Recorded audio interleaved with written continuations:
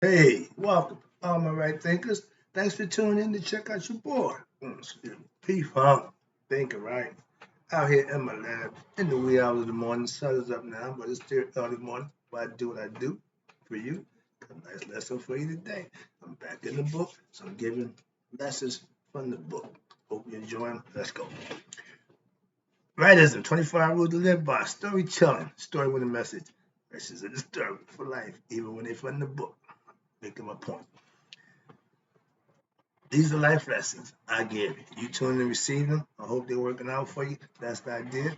We got a good thing going. Let's ride.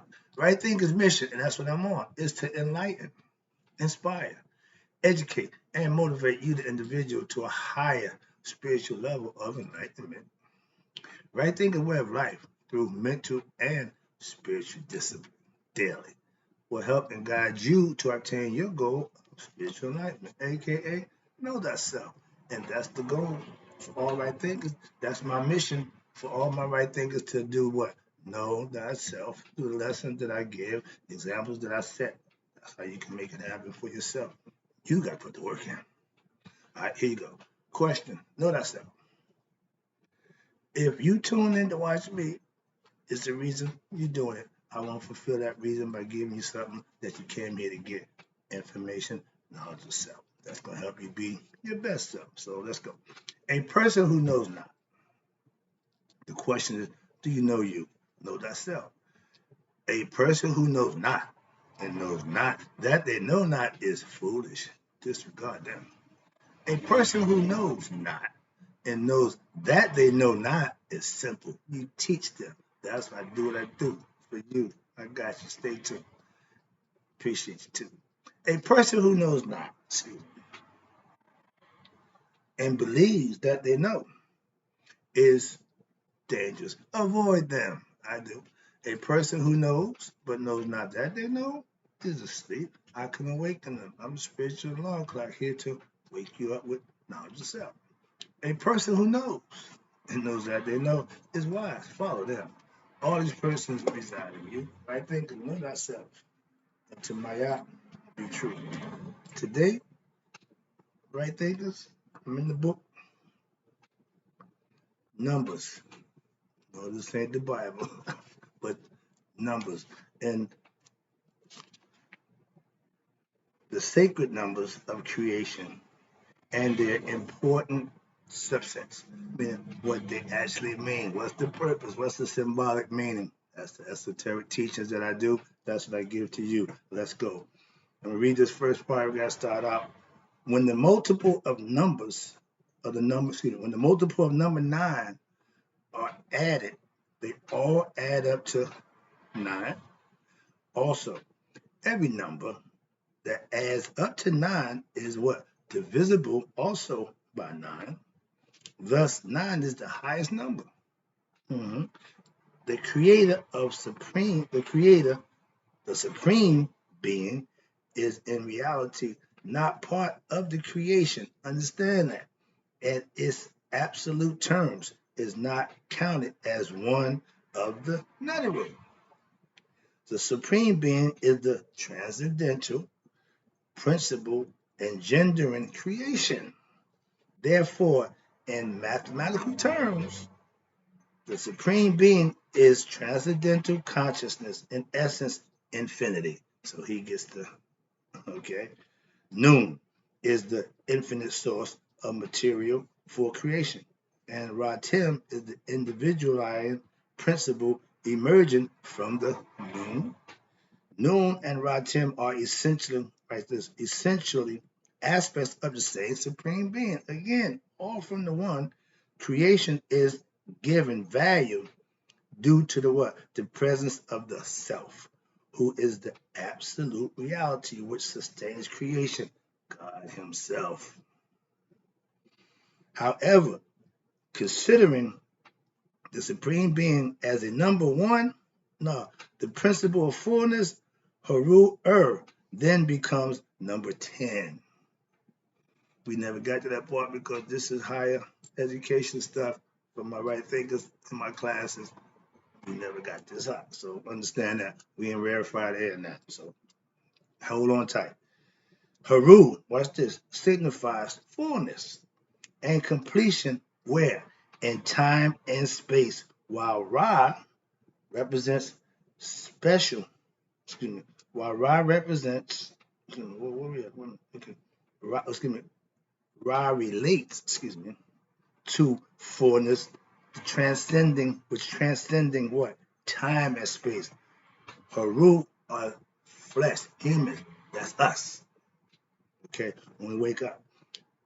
Ra is the transcendent aspect of us, the essence of who we are. So this is the original teachings whereby the Hermetic philosophy, latest versions of Kemetic ancient Egyptian mystical philosophy, I learned from Dr. Ben years ago, and watch this, and the even later Christianity derived the teachings of as above, so below, and the I am, the Alpha and the Omega, respectively. Having discovered Shita, Akhet, and your higher self is being one and the same, meaning your spirit, your conscious, and your heart becomes one, moving as one, synonymous to becoming one with yourself, the heart and the mind coherence. That's what it's all about. That's the original concept. Watch this, becoming one, being and the same. You will have discovered all that there is to be known. You have achieved what? The number 9. You become awakened. You become enlightened. You reach Nihas, the highest spiritual level of man. That's the goal of us spiritual beings having human experience, for us to have any human experience on earth. Reach that level. Not fortune and fame, all the other nonsense that everybody want that don't go nowhere. So understand that. Now let's talk about the sacred numbers of creation and their important subsets. What they mean. I got a little diagram here, boy. Boy, I can't wait. See, now it's getting imperative to me that I got to get the PowerPoint thing going. Okay, there's 2 sides. They're gonna break down for you. They both numbered. The left side corresponds to the divinities of the Anuian theology.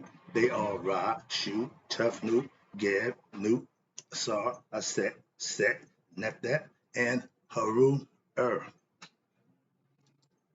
The tree of knowledge, the Anuian theology, has Ra, meaning spirit, fire, 1. 2, Shu, air, ether, 2. Number 3 is Tefnut. The lioness, she represents moisture, moist air. Shu is dry, she is water. Okay, they go together. Again, opposites working together. It starts with them. God, this Ra is singular by himself. Everything else is paired up, called duality. Equal opposites. Way before they came up with this nonsense of really reality and all this math, we had it all figured out. So let me go over this right quick with you. Hope you get a lesson. What we did, we made the water number 3. 4 is Geb. 5 is Nut. Geb represents the earth. Nut represents heaven. Those are the elements. Then you become to man. You put the spirit in man. Asar is the first one. That Adam, don't know nothing about that, ain't going there, but Asar, as far as we concerned, was the first man with spirit from God. His counterpart, his wife, twin, whatever, sister, however you want to look at it, whatever story you want to follow. She represents immortality, intuitive wisdom, knowledge within yourself, aka the Akashic Records. Then you got Set. He represents the ego. Now, ego don't mean bad, okay? No, the ego just means that ego. We get ego confused with the devil and Satan, and we make all this other stuff up. But the ego is you identifying with yourself. That's all it is. We have Bayat. She represents order. Her counterpart, her equal enemy is Israel. That's chaos. Ra, light. You got an enemy. Apophis, darkness. Everybody has an equal opposite to make a whole. If you by yourself, you got nothing to compare to. Conceptual. So that's what the concept is. They make sure balance. You can't have scales with one thing on the scale. Okay. Then the last one, you got, Nepet. She represents mortality. She's the opposite of Isis, which is her sister. They're twins. The only difference is the headdress. One is a crown, one is an inverted crown, but they represent mortality and immortality. Mortality is not that. She hooked up with a son. They had a baby. He became discernment, Anubis, Apu. Now, let's talk about number 7. Then we're going to go down the line. Let's go from 7 to 6. So let's start with the 7. From the sacred numbers of the Paute, we also are given the number 7. The number of the goddesses. The number 7 relates to the 7 aspects of creation, wherein human life has its manifestations. Ra has are 7 bars or 7 souls conceptually. The number 7 relates to the 7 psychospiritual energy centers which sustain human life, which we know now is what? The Kundalini, the force, the serpent power, the 7 realms of existence, 7 heavens. Okay, 7 is a prominent number, as you know. The realms of existence, and is symbolized by what? The 7 Het Haru, the 7 female goddesses, the 7 notes in music, the 7 colors of the rainbow, 7 chakras. See, we're going with this. And at that time, it was 7 visible planets. So 7 was the sign of completion at that time, etc. You can go on and on with the 7s. But there are certainly more notes in music, more energy centers in the body, and more colors in the perceivable range. So we know 7 was symbolic for a reason. All right. However, the number 7 denotes the perceptive range in which humans exist as its mundane, typical life in the world. Circular manifestation. 6 times 7 gives you 42. Bam! Confessions of Maya. 6 levels, 6 different levels of the cataracts, 6 different ways that they study religious concepts, okay? But the 42 confessions was in all of them. The number 42 of the ancient Egyptian, and also it's the number of nomes or areas in primordial settlements, which gave rise to the ancient Egyptian. 42 is also related to the number of main precepts of Maya philosophy. Numbers is important. They don't lie. They just there. So let's talk about the number 6. Personally, my favorite number. The number 6 was regarded by Pythagoras. Who's Pythagoras?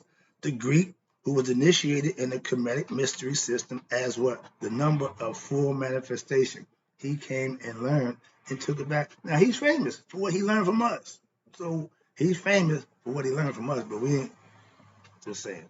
Here you go. Now, full manifestation, the limit number. This idea, watch this. This idea is seen in music as the number of 6 being what? The limiting factor of harmonies. Don't know nothing about music, so that's foreign to me. I'm ignorant to that fact, so I'm going to move on. And there are only 6 harmonies in music. If you're a music person, you will know that. I don't. Thus, White God Asar, who symbolizes the soul, is fullness of manifestation of what? The spirit and where? Time and space, meaning in the flesh, in the form of individual sparks of life that give rise to the human beings. Put another way, let's try it this way. Each human being is like a wave in the ocean. Okay, we all part of the big ocean. So every wave of its individual wave, but we're still part of the ocean. So we are spiritual beings having human experience in this wave of life in the world. Watch this. The supreme is the ocean, and each soul is what? The limit of that manifestation of that ocean as an individual, meaning we all are part of the ocean individually.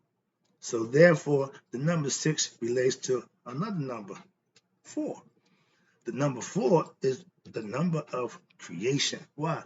Geb represents the earth, the physical aspect. The first 3 was sun, air, moisture. Then you got fermentation, which is the earth represented by Geb. You got his counterpart, his girl, Newt. Okay? And Geb is the god of earth. Thus, prayers are offered in fourfold manner to the 4 cardinal points of the compass This practice thereby fills creation with the utterance of their vibrations. When you pray to the east, west, north, and south, four cardinal directions during the day. That's what they was doing religiously. That's a ritual. Okay? Moving on. Let's talk about the number 3. This number, Trinity. This is a bad man. Watch this. From the 7, we are reduced to the number 3. The number of the cosmic Trinity. Amun, the hidden, Ra, the visible, Sun, Ta, the self-creator, and of the creation Trinity, Kepri, morning sun, Ra, noonday sun, Tim, sun going down in the west. Okay, 3, Trinity. The Trinity relates to what? The modes of consciousness also. Seer, seeing, and sight, or Amun, Ra, Ptah, or subject, object, and interactive medium. And the modes of what? Matter, harmonious, agitated, and sedentary. Okay? These things have to work together to make the whole. These principles govern the manifestation of consciousness as it differentiates into what? The various forms referred to as matter. Further, the number 3 relates to the Father, the Mother, and the child. The Holy Trinity, spiritual Trinity. Then you got the past, the present, and the future, the 3. And in space and time, you got length, height, and width. Thus, in Kemetic religious practice, here you go, prayers are offered thrice, 3 times, okay? Daily, morning, Kepri, noonday, midday, Ra, and evening, Tim.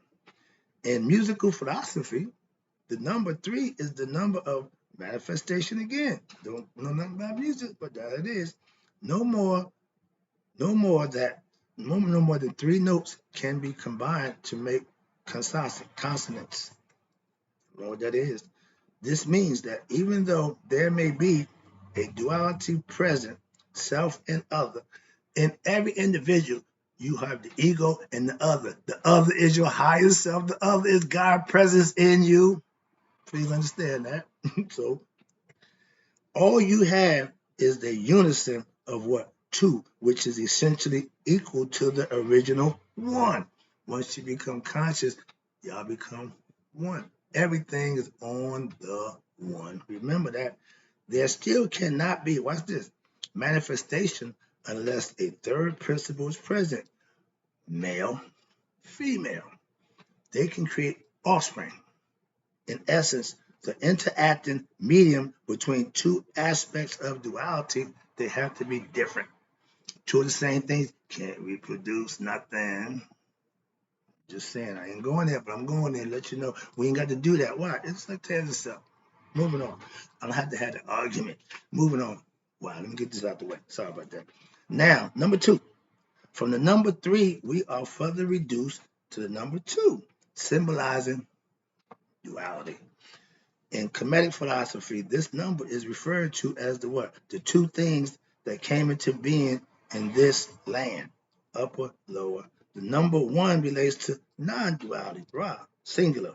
In Kemetic philosophy, this number is related to what? The first time, aka or the beginning, the Big Bang of creation, and it referred to as the era of what? Before 2 things had come into being in this land. Ra came out on his own. He needed order. He put Mayat. That's where Mayat comes in. She's order. She represents duality, choices, equal opposites working together. That's where Mayat comes in at. That's why I give her her props, because without that, we got problems. And duality, watch this, relates to the what? The opposites of creation, up, down, here, there, male, female. You get the concept? So please understand that. Moving on, almost done. 1, the number 1, the number 10. 1, creation, 10 is completion. Okay, watch this. The number 1 is genderless and transcendental. In essence, all numbers are emanations from what? The 1. They are reflections of the 1 in time and space. Excuse me. But the reflection is modified and conditioned The divine whole numbers are the clearest reflection of the basic principles in creation. Lay it out for you. You got the numbers. The numbers 100, the numbers 1,000, and 1,000,000 are related to what? The same number 10. And the vast fractions can be studied through the numbers from what? 1 to 10. You notice the zero ain't in there? Indians brought that in. All right. I got a little more to go. We be done. I'm trying to keep it down, but I'm trying to get all the information in. So I'm got a few more minutes. Hold your attention. We start out with this one here. I got to try to show it to you because it shows you the number sequence. Okay. See the infinity number, then it goes down to 1. Starts up and goes down to 10. The number 1 and 10 have a special relationship. Watch this. Actually, they are reflections of each other. 10 is the reflection of 1. Therefore, the Bible says human beings are made in God's image. And we are. With what? The understanding of commission philosophy, the higher truth within Christian religion becomes manifest. Let's start out with my dude. Haru is the Kemetic prototype for who? Christ in Christianity. He symbolizes perfection in life, which is reached by living a life of truth, righteousness, virtue, in essence, upholding right thing philosophy, or we know it as Maya. Booyah, that's my stuff right there. Now, in the temple of Haru in Egypt, in the city called Edfu, the sanctuary, Holy of Holies, is encircled by what? A corridor of 10 chapels. In the same temple, Haru, there are reliefs in which Haru can be seen harpooning Set. He turned into a hippopotamus, and Haru harpooned him 10 times. Set represents number 8, is the principle of what? Egoism and unrighteousness in the human personality, which must be, listen, which must be subsided and supplemented in order to attain higher consciousness, in essence, to discover the mysteries of the other numbers and thereby attain spiritual enlightenment. If you're an egoistic person, you're never going to get past that concept, okay? So you gain spiritual light and take spiritual light, and you're discovering what? The supreme being as the support and essence of creation. Knowing thyself and knowing God becomes synonymous. And 10 is the number of what? Completeness, excuse me. Since one cannot count beyond it without combining other numbers. However, the number 1 is, watch this, undivided and all-encompassing. It has this absolute and infinite. Therefore, creation exists between 1 and 10, as the characters of the Paiute are in reality aspects of human consciousness, your personality, that you can learn to master. The highest goal, listen, the highest goal of all right thinkers, aka human beings, is to attain the number 10. In essence, here we go, to what? Become Haru. Haru. Haru. I mean, to know thyself. Or, in other terms, to attain Horushood, Christhood, and thereby reflect fully the glory of what? The divine within who? Themselves in you. The God in me. Love the God in you. Thus, the number 1 symbolizes the transcendent, in essence, the absolute. And the number 10 symbolizes perfection in the world of time and space. That's why Haru in human form is the perfect human being. Why? He mastered himself. This is why I keep expanding that to my right thinkers. You want to become Haru. Thus, the task of every right thinker and human being is to what? Discover their absolute transcendental nature, Ra, and to become masters of their lives like Wa and Haru. In other words, the destiny of every human being is to discover their spirit nature and thus allow that nature to rule over the lower self, the ego, ignorance, and vices, and become your best self. I'm done. Hope you enjoyed the lesson. Thank you.